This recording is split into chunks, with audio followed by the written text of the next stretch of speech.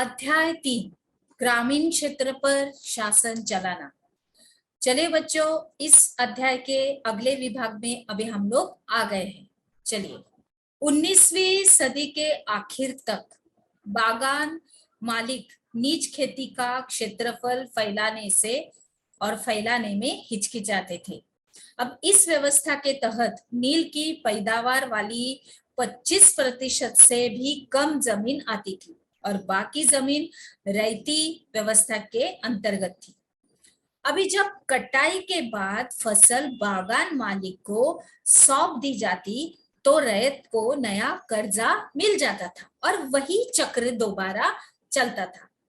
और इसमें समस्याएं और भी थी। बागान मालिक चाहते थे कि किसान अपने सबसे बढ़िया खेतों में ही नील की खेती करे, लेकिन नील के साथ परेशानी यह थी कि उसके जड़ें बहुत ही गहरी होती थी, मतलब नीचे की तरफ मिट्टी में, और वह मिट्टी की सारी ताकत खींच लेती थी और नील की कटाई के बाद वहां धान की खेती नहीं की जा सकती थी।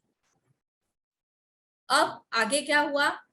रैयतों की जमीन पर नील की खेती।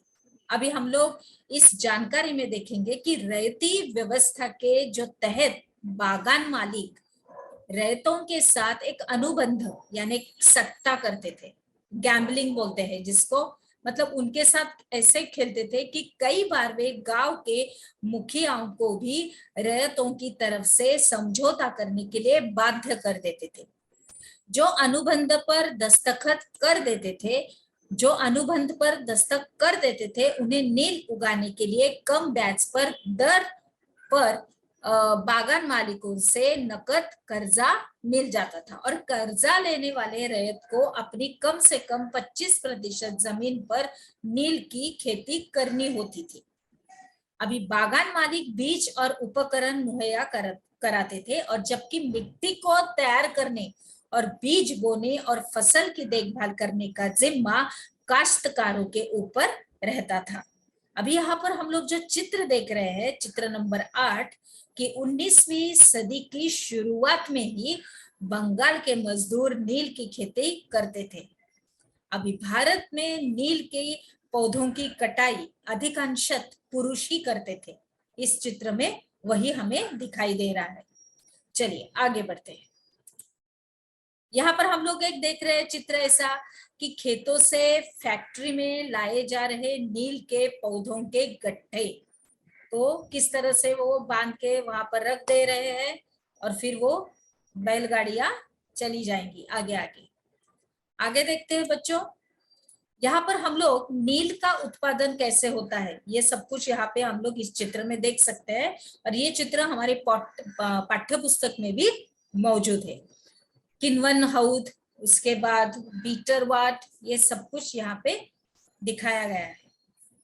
चलिए आगे बढ़ते हैं बच्चों।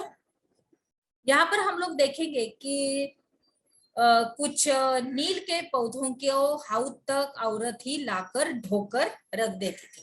उसके बाद हम लोग चित्र नंबर 12 में देख रहे हैं कि हौद में घोल हिलाने वाला ये किसान, यहाँ खड़ा एक नील मजदूर हौद में जो पड़े घोल को हिलाने के लिए इस्तेमाल होने वाला पैंडल लिए खड़ा हुआ है। जैसे नील का ऐसे हिलाते हैं ना, ऐसे गोल गोल, इस तरह से वो मजदूर वहां पे खड़ा है दिखाने के लिए हमें। उसके बाद उसे इन मजदूरों को 8 घंटे का ज्यादा समय तक काम करते हुए ले रहे थे वो लोग, और भरे नील के घोल में खड़े रहना पड़ता था। किस तरह से एकदम गहराई से इसको दिया गया है। और चित्र नंबर 10 में हम लोग देख रहे हैं कि नील के खेतों के पास स्थित नील का एक कारखाना, विलियम सिप्सन का चित्र वहां पे हम लोगों ने जो देखा था। और नील गांव आमतौर पर बागान मालिकों की फैक्ट्रियों के आसपास ही होते थे। अभी कटाई के बाद घोल के नील के पौधों को कारखाने में स्थित वैट्स यानी हौद में पहुंचा दिया जाता था और रंग बनाने के लिए 3 या 4 कुंडों की जरूरत पड़ती थी। प्रत्येक हौद का अलग काम था और नील के नील के जो पौधों में जो पत्तियों को तोड़कर पहले एक कुंड में गर्म पानी में कई घंटों तक डुबाया जाता था। अब इस हौद को किण्वन या स्टिपर कुंड कहा जाता था, ब्रैकेट में वहां पे लिखा है काउंस में। उसके बाद जब पौधे किण्वत हो जाते थे तो द्रव्य में बुलबुले उठने लगते थे। अब क्या होता था, सड़ी हुई पत्तियां जो रहती थी वो पानी के अंदर उनको निकाल दिया जाता था और द्रव्य को एक और हौद में छान दिया जाता था, मतलब छान कर लिया जाता था। अभी दूसरा हौद पहले हौद के ठीक नीचे होता था। अभी दूसरे हौद में क्या करते थे, इस घोल को लगातार हिलाया जाता था और पेंडुलों में खंगाला जाता था इस तरह से। जब यह द्रव्य एकदम हरा और उसके बाद नीला हो जाता था तो हौद में चूने का पानी डाला जाता था और धीरे धीरे नील की पपड़ियां नीचे जम जाती थी और ऊपर साफ द्रव्य निकल आता था और द्रव्य को छान कर अलग कर दिया जाता था और नीचे जमी नील की लुगदी को दूसरे कुंड यानी निस्सारण कुंड में डाल दिया जाता था, निथारण कुंड में। और उसके बाद इसे पूरी तरह निचोड़कर बिक्री के लिए सुखा दिया जाता था। इस तरह से ये सब कुछ प्रक्रिया चलती थी। और चित्र क्रमांक 13 में हम लोग देख रहे हैं कि बिक्री के लिए नील तैयार है और यहाँ आप उत्पादन की आखिरी व्यवस्था को देख सकते हैं। दबाकर जो सांचों में ढाल दी गई नील की लुगदी को काटकर मजदूर उन पर मोहर लगाते थे और पीछे वाले हिस्से में एक मजदूर इस टुकड़ों को सुखाने के लिए रख देते थे। इस तरह से ये नील का सब प्रक्रिया है पौधे का।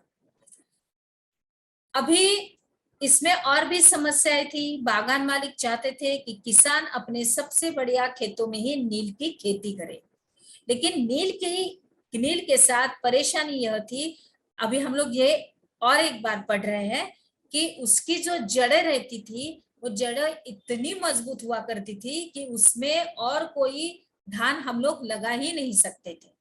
अभी नील विद्रोह और उसके बाद क्या हुआ, मार्च 1859 में बंगाल के हजारों रैयतों ने नील की खेती से इनकार कर दिया।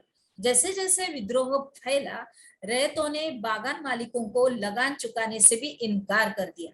वे तलवार, भाले, तीर, कमान लेकर नील की फैक्ट्रियों पर हमला करने लगे। औरतें अपने बर्तन लेकर लड़ाई में कूद गई। उसके बाद बागान मालिकों के लिए काम करने वालों का सामाजिक बहिष्कार कर दिया गया और बागान मालिकों की तरफ से लगान वसूली के लिए आने वाले गुमाश्ता एजेंटों की पिटाई की गई और रैयतों ने कसम खा ली कि न तो वे नील की खेती के लिए कर्जा लेंगे और ना ही बागान मालिकों के लाठी वाले लाठीधारी गुंडों से डरेंगे। हमने क्या सीखा इसके अंतर्गत, रैयतों की जमीन पर नील की खेती, इसके बारे में आपको लिखना है। तो चलिए बच्चों आगे बढ़ते हैं।